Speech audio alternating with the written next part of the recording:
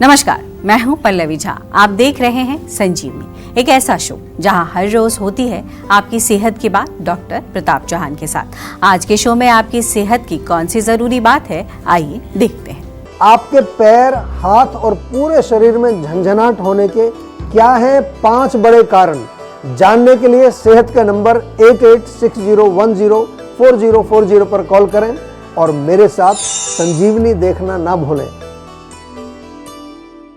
संजीवनी के सभी दर्शक सेहत का नंबर नोट कर लें, जो है 8860104040। डॉक्टर चौहान, बहुत बहुत स्वागत है आपका। थैंक यू जी। और आज जिस विषय पर हम चर्चा कर रहे हैं वो टिंगलिंग इन बॉडी है, यानी कि जो झंझनाहट शरीर में होती है। तो सबसे पहले यही जानना चाहेंगे कि इसका बड़ा कारण क्या है और क्या ये एक संकेत है बड़ी बीमारी का? जी देखिए, बहुत अच्छा विषय है। बहुत सारे लोगों को ये प्रॉब्लम शायद होती होगी। शरीर में झंझनाहट, जिसे मेडिकल भाषा में कहें तो उसको कहते हैं पैरेस्थीसिया, और आम भाषा में अंग्रेजी में कहते हैं टिंगलिंग सेंसेशन, जैसे आपने भी कहा टिंगलिंग सेंसेशन, या कभी कभी कहते हैं पिंस एंड नीडल्स। अमेरिका में जाते हैं तो वहाँ पिंस एंड नीडल्स बोलते हैं। तो इस रोग में होता क्या है, शरीर के किसी भी हिस्से में सुइयों सी चुभने जैसी अगर आपको फीलिंग आती है, या वहाँ झंझनाहट होती है, या कभी कभार सुन्नपन हो जाता है, यानी कि नम्बनेस महसूस होती है वहाँ पर आपको, ऐसे तो शरीर के किसी भी हिस्से में ये हो सकती है। लेकिन अधिकतर जो देखा गया है वो पैरों में, हाथों में, और मुख्य रूप से जो है नसों के दबाव के कारण होता है। नस कोई दब जाती है ना जब, या नसों की कमजोरी इसका एक बहुत बड़ा कारण है, या किसी हिस्से में ब्लड सर्कुलेशन ठीक से नहीं पहुंच रहा है। अधिक देर तक जब एक पोजीशन में आप बैठे रहते हैं या खड़े रहते हैं, उससे भी ये होता है। सोते समय कई बार देखा होगा ना आपने, आपका हाथ अगर नीचे दबा रह जाता है बहुत देर तक, तो उसमें फिर आपको थोड़ा सा वहाँ झंझनाहट या सुन्नपन होता है। और कई बार जो हमने ये भी देखा है कि आप क्रॉस लेग जो आलती पालती मार के बैठते हैं, उसमें भी कई लोगों को झंझनाहट शुरू हो जाती है। फोड़े, फुंसी या चोट लगने से त्वचा में जो डैमेज होने के कारण उस हिस्से में जो ब्लड सर्कुलेशन नहीं पहुंचता है, तो वहाँ भी जो है ये इस तरह की समस्या आमतौर पर देखने को मिलती है।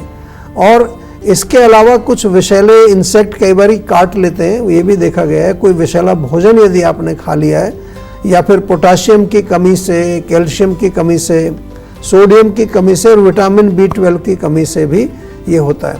जो लोग कैंसर से पीड़ित हैं, वो कई बार उनको कीमोथेरेपी करानी पड़ती है, रेडिएशन थेरेपी उनको करानी पड़ती है। उसके बाद बहुत सारे पेशेंट हमारे पास आते हैं कि जी ये समस्या हमें शुरू हो गई है। और कमर में या किसी अन्य हिस्से में यदि नस दब जाए, उसके कारण भी ये टिंगलिंग सेंसेशन आपकी टांग में चली जाती है, हाथों में चली जाती है, और झंझनाहट वहाँ पर होने लगती है। और डेफिनेटली किसी अन्य रोग का भी संकेत ये हो सकती है। डायबिटीज़ में होती है, न्यूरोपैथी आपने सुना होगा। जिन लोगों को माइग्रेन होता है उनको हो सकती है। मल्टीपल स्क्लेरोसिस एक नाम सुना होगा बीमारी आपने, या एक टर्म है कार्पल टनल सिंड्रोम, उसमें आमतौर पर ये झंझनाहट आपको दिखाई देगी। या लोग जो ब्रेन स्ट्रोक जिनको हो जाता है, यानी कि ओवरऑल हम देखें तो ये हमारे नर्वस सिस्टम से कनेक्टेड है। जिन लोगों को दौरे पड़ते हैं, सीजर्स आते हैं, उनमें भी आमतौर पर झंझनाहट देखी जाती है। अब आयुर्वेद की दृष्टि से अगर इसको हम समझें तो एक लाइन में बता दूं, वात का प्रकोप जब आपके शरीर में होता है, चाहे वो नर्वस सिस्टम में वात स्थापित हो जाए, चाहे आपकी मांसपेशियों में स्थापित हो जाए, चाहे आपके किसी अंग या ऑर्गन में जाके स्थापित हो जाए, तो वहाँ पर वो सर्कुलेशन को रोकती है, ट्रांसमिशन को रोकती है, सप्लाई को रोकती है, क्योंकि वात का काम है मूवमेंट कराना। तो उसके कारण फिर ये रोग होता है। तो हम तो बड़े अच्छी तरीके से इस रोग का इलाज करते हैं, और जीवा में बहुत सारे पेशेंट आते हैं, थक के हार के सब जगह से आते हैं। लेकिन मैं आपसे निवेदन ये करता हूँ कि शुरू में आ जाइए। पहली बार में ही अगर आप जीवा में आएंगे तो जल्दी आराम आएगा, और रोग आपका बहुत क्रॉनिक या कॉम्प्लिकेटेड नहीं रहेगा। तो अब देर ना करें और सेहत के नंबर पर फौरन कॉल करें। हमारा सेहत का नंबर है 8860104040। डॉक्टर चौहान, अगर शरीर में झंझनाहट होती है तो लाइफस्टाइल और डाइट में क्या बदलाव करने की जरूरत है जिससे कि समस्या ही ना हो? जी देखिए, बहुत अच्छा प्रश्न आपने किया है, क्योंकि आमतौर पर लोग खाने पीने पर ध्यान नहीं देते हैं, गोलियां खाते रहते हैं लेकिन परहेज नहीं करते। तो मुख्य रूप से जैसा कि हमने कहा कि रूट कॉज पर ही काम करना चाहिए, तभी रोग आपका ठीक होगा। जैसे यदि डायबिटीज़ उसका कारण है, झंझनाहट का कारण यदि डायबिटीज़ है तो डायबिटीज़ का उपचार करना चाहिए, आपको करना ही पड़ेगा। आयुर्वेद में जैसे हमने कहा कि शरीर के अंदर जितनी भी मूवमेंट्स होती हैं, जो मैंने अभी बताया, जितने भी सर्कुलेशन होते हैं या ट्रांसपोर्टेशन होता है, वो कौन कराता है? वात दोष हम इसको कहते हैं। इसलिए सीधा सीधा तो वातवर्धक हमें भोजन नहीं करना चाहिए, यानी कि जो बहुत ठंडी चीज़ें हैं, ठंडा भोजन है, ठंडे पदार्थ हैं, ठंडी कोल्ड ड्रिंक्स हैं, आइसक्रीम है, इसको बिल्कुल बंद कर दीजिए अगर आपको झंझनाहट होती है। साथ में रूखा सूखा जो भी ड्राई, क्रंची, क्रिस्पी, आजकल बड़ा पॉपुलर है ये, हर जगह स्नैक्स जो है वो क्रंची क्रिस्पी होते हैं, इनके कारण जो है वात बढ़ती है। इसके अलावा जो बादी वाली चीज़ें हम बार बार आपको बताते हैं, अधिक गैस बनाने वाले भोजन हैं, उड़द की दाल, राजमा, छोले, गोभी, भिंडी वगैरह, ये भी अच्छे नहीं है क्योंकि वात को बढ़ाते हैं। करना क्या है? आपको गर्म सूप पीजिए, यानी तरी वाली सब्जियां लीजिए, हल्का सुपाच्य भोजन खाइए और गर्म दूध, उसमें थोड़े सा सिनामन जिसको हम कहते हैं ना, दालचीनी, वो डाल करके ले सकते हैं। भीगे हुए बादाम, अखरोट, ये बहुत फ़ायदा करेंगे आपको। अरहर की दाल खा सकते हैं, मूंग की दाल खा सकते हैं, मसूर की दाल, तोरी, टिंडा, परवल, लौकी, ये चीज़ें आपको, हरी सब्जी हम बार बार बताते ही रहते हैं क्योंकि आसानी से पच जाती हैं। जहाँ तक लाइफस्टाइल की बात है तो नियमित रूप से आपको ध्यान रखना है कि पूरे दिन का जो रूटीन है आपका, वहाँ पर आपको जो है रूटीन ध्यान रखना है। शरीर में, पूरे शरीर में तिल के तेल से मालिश करिए, गुनगुने पानी से स्नान करें और जो इफेक्टेड पार्ट है जहाँ पर आपको झंझनाहट होती है वहाँ थोड़ी सिकाई भी कर सकते हैं। डेली रूटीन बिल्कुल नॉर्मल तरीके से फिक्स्ड होना चाहिए। सोने का समय, जागने का समय, खाना खाने का समय, या कोई भी आप व्यायाम करते हैं उसको इरेगुलर मत करिए। इरेगुलर से वात बढ़ती है। ओवर एक्सरसाइज नहीं करनी, ओवर ट्रैवलिंग नहीं करनी, बहुत ज़्यादा दौड़ना, इस तरह की एक्टिविटी। ग्राउंडिंग एक्टिविटीज़ वात को शांत करती हैं। योगासन करिए, प्राणायाम करिए, जीवा मेडिटेशन बहुत अच्छा है। और इसके साथ साथ रात को देर तक नहीं जगना है, बिल्कुल, ये बहुत बड़ी बात है। आज के युग में सब लोग रात को 1-2 बजे तक जगते हैं, 12 बजे तो कॉमन है आजकल। तो आयुर्वेदिक दिनचर्या, आयुर्वेदिक ऋतुचर्या का पालन करें, बहुत फ़ायदा इसी से हो जाएगा। कम से कम 20-25% आराम आपको केवल डाइट और लाइफस्टाइल चेंज करने से ही आ जाएगा, क्योंकि वात का शमन शुरू हो गया है। लेकिन जो रूट कॉज, अंदर जो इम्बैलेंस है, उसके लिए हमारे डॉक्टर्स अवेलेबल हैं। जीवा के सर्टिफाइड आयुर्वेदिक डॉक्टर्स हैं, उनसे बातचीत करिए और अपना प्रॉपर तरीके से उपचार कराइए। पंचकर्म चिकित्सा का बहुत अच्छा फ़ायदा इसमें मिलता है। पंचकर्म हमारी काफ़ी सारी क्लिनिक्स में अवेलेबल है, वहाँ जाके पंचकर्म करा सकते हैं आप। अगर आपको फाइब्रॉइड की समस्या है तो आज ही आपको जीवा से क्यों जुड़ना चाहिए? आइए देखते हैं एक सक्सेसफुल केस स्टडी। नमस्कार, मेरा नाम नीलम शाह है। आज से 3 साल पहले मुझे रसोली की प्रॉब्लम हुई थी, जिसका मैंने ऑपरेशन भी करवाया। लेकिन 2.5 साल बाद फिर से मुझे रसोली की प्रॉब्लम हो गई, जिसका डॉक्टरों ने बोला कि इनका अब ऑपरेशन होगा और यूट्रस रिमूव करना पड़ेगा। लेकिन मैंने टीवी पे ऐड देखी और जीवा के डॉक्टरों से मिली और उन्होंने जैसे जैसे मुझे डाइट चार्ट और दवाइयाँ दी, मैंने उन्हें फॉलो किया और 6 मंथ बाद मैं ठीक हो गई। आज मैं जीवा का धन्यवाद करती हूँ। तो देखिए, बहुत अच्छा एक टेस्टिमोनियल था ये, और मैं सभी दर्शकों से एक ही निवेदन करता हूँ कि आयुर्वेद एक बहुत ही अच्छी जो एक मेडिकल साइंस है। आमतौर पर लोग ये समझते हैं कि ये तो बस घरेलू नुस्खे इसमें हैं, लेकिन जो गंभीर रोग होते हैं उनका इलाज आयुर्वेद में ही होता है, और जीवा तो इसके लिए जाना जाता है पूरे विश्व में। तो आपको भी कोई किसी तरह की कैसी भी समस्या हो तो जरूर हमसे संपर्क करें। तो आप देर ना करें और सेहत के नंबर पर फौरन कॉल करें। हमारा सेहत का नंबर है 8860104040। तो चलिए अब जानते हैं आज का जीवा मंत्र। डॉक्टर चौहान, जो शरीर में झंझनाहट होती है उसके लिए आयुर्वेदिक दवाएं या फिर हम कहें एक तरीके से पंचकर्म जो थेरेपी होती है वो किस तरीके से सक्सेसफुल है इसमें? देखिए, बहुत सक्सेसफुल है। सबसे पहले तो मैं आपको धन्यवाद देता हूँ, आपने बहुत अच्छा प्रश्न किया है। अच्छा क्यों किया है ये भी बताता हूँ। पंचकर्म जो थेरेपी होती है, जो आयुर्वेदिक मेडिसिन के माध्यम से और पंचकर्म के माध्यम से हम जो चिकित्सा करते हैं, हजारों रोगियों का हम उपचार करते हैं। लेकिन पंचकर्म को लेकर के आजकल बहुत सारा कन्फ्यूजन क्रिएट हो रखा है, क्योंकि कोई भी बोल रहा है कि हम पंचकर्म थेरेपी करते हैं।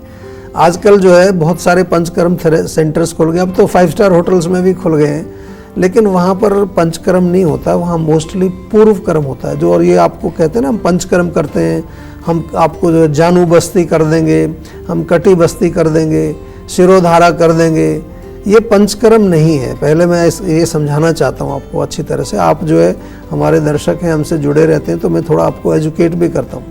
पंचकर्म का मतलब क्या होता है? पंच यानी कि 5 प्रकार की थेरेपीज, पंचकर्म 5 प्रकार के कर्म या 5 प्रकार की थेरेपीज जो आयुर्वेद में वर्णित हैं।